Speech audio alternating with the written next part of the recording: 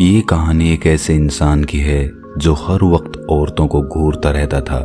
उसके मन में काम वासना के विचार चलते रहते थे, जिसके कारण उसके अंदर से बाप बनने की भी ताकत खत्म हो चुकी थी। एक गांव में एक बूढ़ी माँ अपने बेटे के साथ रहती थी। उसके लड़के का नाम मोहन था। गांव की औरतें और लड़कियां मोहन से परेशान रहती थी। मोहन हर वक्त गांव की औरतों और लड़कियों को घूरता रहता था। वो हर वक्त काम वासना के बारे में सोचता रहता था। गांव की औरतें जब भी तालाब में नहाने के लिए जाती तो उन्हें वो छुप कर देखा करता था। गांव की औरतें प्रतिदिन मोहन की माँ को शिकायतें करती थीं, लेकिन वो अपने बेटे को समझाने की बजाय उनको ही उल्टा पुल्टा सुना देती थी। उसके मन में बस यही ख्याल आता था कि जिस दिन उसकी वो शादी कर देंगी तो उसकी सारी आदतें अपने आप छूट जाएंगी। एक दिन की बात है, किसी काम के सिलसिले में मोहन की माँ पास के गांव में गई हुई थी। उसे लौटते वक्त दोपहर हो चुकी थी और गर्मी के दिन थे, इसलिए धूप बहुत तेज पड़ने लगी थी।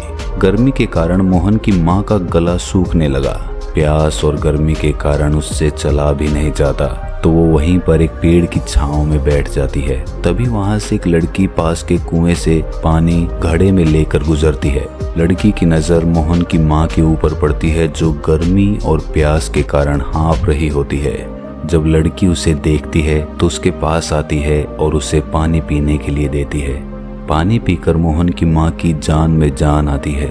मोहन की माँ जब लड़की को देखती है तो वो देखती रह जाती है। लड़की बहुत ही खूबसूरत होती है। मोहन की माँ उस लड़की को देखकर उसे अपनी बहू बनाने के सपने देखने लगती है। यही सोचकर उस लड़की का घर का पता और माँ बाप का नाम भी पूछ लेती है। लड़की के जाने के बाद मोहन की माँ लड़की के गांव के पंडित के यहाँ पहुँच जाती है। वहाँ वो पंडित को प्रणाम करती है और अपना परिचय देती है और पंडित को अपने मन की बात बता देती है। पंडित कहता है कि ठीक है, मैं लड़की के बाप से इसके बारे में बात करूंगा। पंडित रिश्ता लेकर लड़की के माँ बाप के यहाँ पर जाता है। लड़की के माँ बाप भी पंडित की हाँ में हाँ मिला देते हैं। पंडित ये खुशखबरी मोहन की माँ को देता है तो वो बहुत खुश हो जाती है। वो बढ़िया सा मुहूर्त निकलवा कर मोहन की शादी करवा देती है। शादी के बाद भी मोहन काम वासना के बारे में सोचता रहता है। शादी के 1 साल बीतने के बाद मोहन की माँ बहुत उदास रहने लगती है, क्योंकि 1 साल बीतने के बाद भी उसे दादी बनने का सुख नहीं मिलता। वो अपनी बहू को लेकर वेदों और हकीमों के चक्कर काटने लगती है, लेकिन कोई फायदा नहीं होता। सभी वैद हकीम कहते हैं कि आपकी बहू को कोई रोग या कोई बीमारी है ही नहीं। कई हकीमों ने कहा कि आप अपने बेटे को भी लाकर दिखा लो।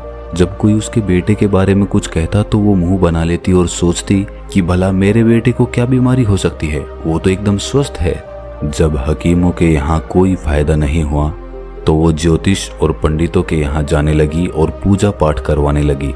जब पंडित और ज्योतिषियों के यहाँ भी फायदा नहीं हुआ तो वो बहुत ही उदास रहने लगी और सोचने लगी कि मेरी बहू की किस्मत में बच्चे है ही नहीं। इसलिए अपनी बहू से जलन के कारण वो अपनी बहू को छोटी छोटी बातों पर ही भला बुरा कहने लगी। मोहन की पत्नी वो बातें सुनकर रोती रहती और वो सोचती रहती कि मेरी किस्मत में बच्चे हैं ही नहीं। तभी मोहन की माँ को पता चलता है कि गांव में भगवान बुद्ध ठहरे हुए हैं। वो अपने बेटे और बहू को लेकर भगवान बुद्ध के पास पहुंच जाती है। भगवान बुद्ध के पास बहुत से लोग प्रवचन सुन रहे होते हैं, तो वो भी वहीं पर बैठ जाती है। सभी लोग बारी बारी से भगवान बुद्ध को अपना दुख बता रहे होते हैं और तभी मोहन की माँ की बारी आती है। वहां पर वो भगवान बुद्ध के चरणों में गिरकर रोने लगती है। भगवान बुद्ध उसे चुप कराते हैं और उसके दुख का कारण पूछते हैं। तो मोहन की माँ कहती है कि मेरी बहू की किस्मत में बच्चों का सुख नहीं है, उसकी किस्मत में बच्चे है ही नहीं। तब भगवान बुद्ध कहते हैं कि आपसे किसने कहा कि आपकी बहू की किस्मत में बच्चे नहीं हैं? तब मोहन की माँ कहती है कि मैंने कई हकीमों को उसे दिखाया और वैद हकीम कहते हैं कि इससे कोई बीमारी ही नहीं है। भगवान बुद्ध कहते हैं कि इससे तो ये साबित नहीं होता कि आपकी बहू की किस्मत में संतान का सुख नहीं है। बुद्ध कहते हैं कि क्या सच में किस्मत नाम की कोई चीज होती है? मोहन की माँ कहती है हाँ प्रभु, ये तो सत्य है।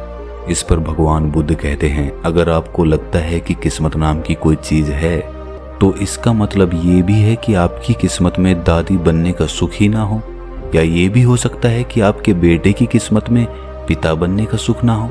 मोहन की माँ को अपनी गलती का एहसास होने लगता है और वो बहुत शर्मिंदा हो जाती है। जब भगवान बुद्ध ने मोहन की ओर देखा तो भगवान बुद्ध को समझने में देर नहीं लगी कि रोगी कौन है। जब भगवान ने मोहन की ओर देखा तो वो औरतों को घूर रहा था।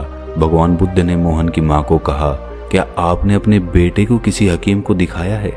मोहन की माँ ने ना में सर हिलाया। भगवान बुद्ध ने कहा कि रोगी आपकी बहू नहीं बल्कि आपका बेटा है और इस रोग का कारण उसका मन है। ये हर वक्त अपने मन में गंदे विचार लाता है। इसके मन में हर वक्त काम वासना भरी रहती है। जब भगवान बुद्ध मोहन के बारे में बताते हैं तब मोहन घबरा जाता है और भगवान बुद्ध की तरफ देखने लगता है। भगवान बुद्ध कहते हैं कि इसने अपने गंदे विचारों के कारण संतान को पैदा करने की शक्ति ही खो दी है, इसका कुछ नहीं हो सकता। मोहन भगवान बुद्ध के चरणों में गिर पड़ता है और रोते हुए माफी मांगने लगता है। इस पर भगवान बुद्ध उसे एक उपाय बताते हैं। धुली हुई मूंग की दाल को लेकर उसे कूट छानकर इसके अंदर 1.5 चम्मच गाय के दूध को मिलाकर इसे उबाल लेना और थोड़ी मिश्री स्वाद अनुसार डाल लेना। जब खीर के भांति बन जाए तो रात भर इसे रखी रहने देना। सुबह के समय 45 दिन रोज इसका सेवन करना। मोहन घर पर आता है और भगवान बुद्ध के बताए अनुसार धुली हुई मूंग की दाल को लेकर उसे कूट छान कर रख लेता है। रोज शाम को उसमें से 1.5 चम्मच लेकर गाय के दूध के एक गिलास के अंदर थोड़ी मिश्री डालकर उबाल लेता है।